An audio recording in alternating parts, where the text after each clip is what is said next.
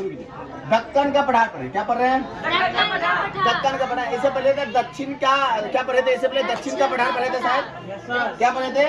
दक्षिण का पठार और दक्कन का पठार, दोनों में अंतर है। दोनों में क्या है?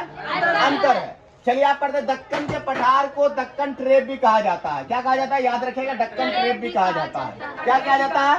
दक्कन ट्रेप भी कहा जाता है। यह लावा द्वारा निर्मित है। किसके द्वारा? लावा के द्वारा। अरे ठीक है, लावा द्वारा। लावा क्या है? वो गेहूं का लावा होगा या मकई का लावा होगा? नहीं, ज्वालामुखी के फटने के पश्चात जो वहां से 700 डिग्री से लेकर 1200 डिग्री तक में पदार्थ निकलता है, जो क्या होता है? तरल अवस्था में होती है। किस अवस्था में होती है? तरल अवस्था में होती है। उसके फटने जब वो ऊपर आकर जम जाता है, जिसको अग्नि चट्टान भी कहा जाता है। याद रखिएगा, क्या कहा जाता है बच्चा? अग्नि चट्टान। कितना डिग्री में रहता है वो? 700 से लेके 1200 डिग्री तक का। कितना डिग्री तक का बच्चा?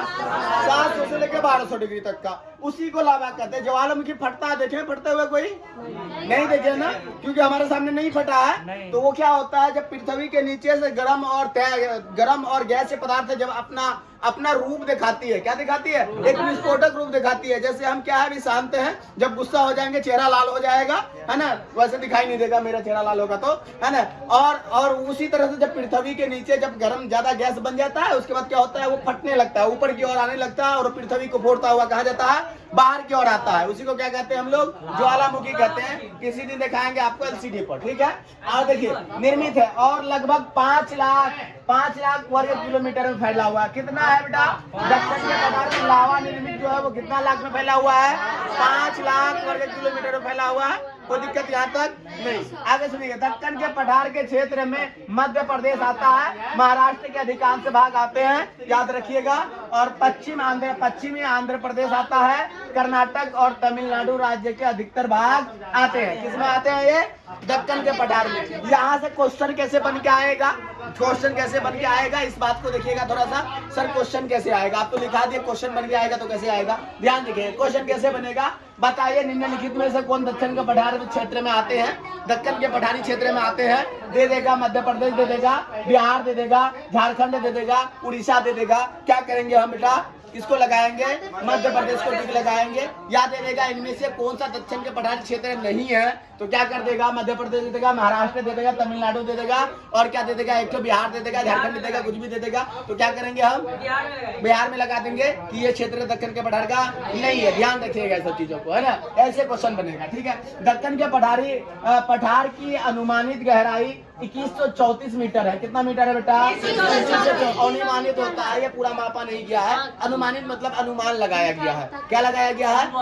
अनुमान लगाया गया। अब देखिएगा, दक्कन के पठार क्षेत्र के 4 प्रमुख दर्रे हैं। अच्छा, दर्रे किसे कहते हैं? बोलिए, दर्रे किसे कहते हैं? कोई बता सकते हो? दर्रा है। हम लोग एक शब्द से इसको क्लियर कर सकते हैं। कहते हैं क्या भाई, हमारे ने खेत के बीच में दरार पड़ गया है। क्या पड़ गया है? दरार। वहीं से ये शब्द निकल के आया, दर्रा। क्या बोलेंगे? दर्रे बोलेंगे। दो पठारी क्षेत्र के बीच गुजरने वाला रास्ता, जाने वाले रास्ता, दो पहाड़ है, पहाड़ के बीच जो जाने वाला रास्ता होगा वही क्या कहलाएगा? दर्रा कहलाएगा, जिसमें आसानी से जाया और आया जा सकता हो। जाया और आया जा सकता। क्लियर? दर्रा किसे कहेंगे? क्लियर? दो पठारी क्षेत्र, दो पहाड़ी क्षेत्र के बीच का रास्ता जो होगा वो क्या कहलाएगा? दर्रा कहलाएगा। प्रेम क्लियर?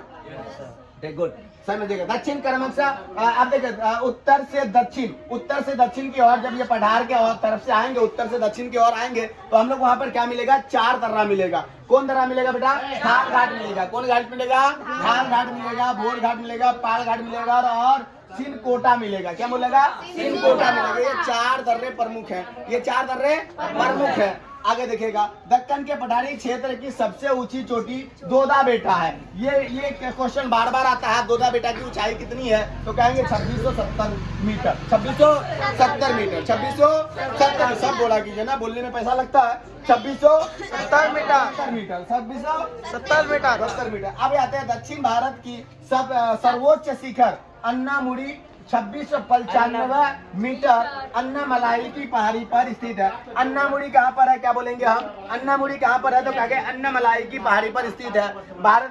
दक्षिणी भारत की सबसे ऊंची चोटी, सर्वोच्च शिखर है। क्या है? सबसे ऊंची शिखर कौन है? तो क्या कहेंगे हम?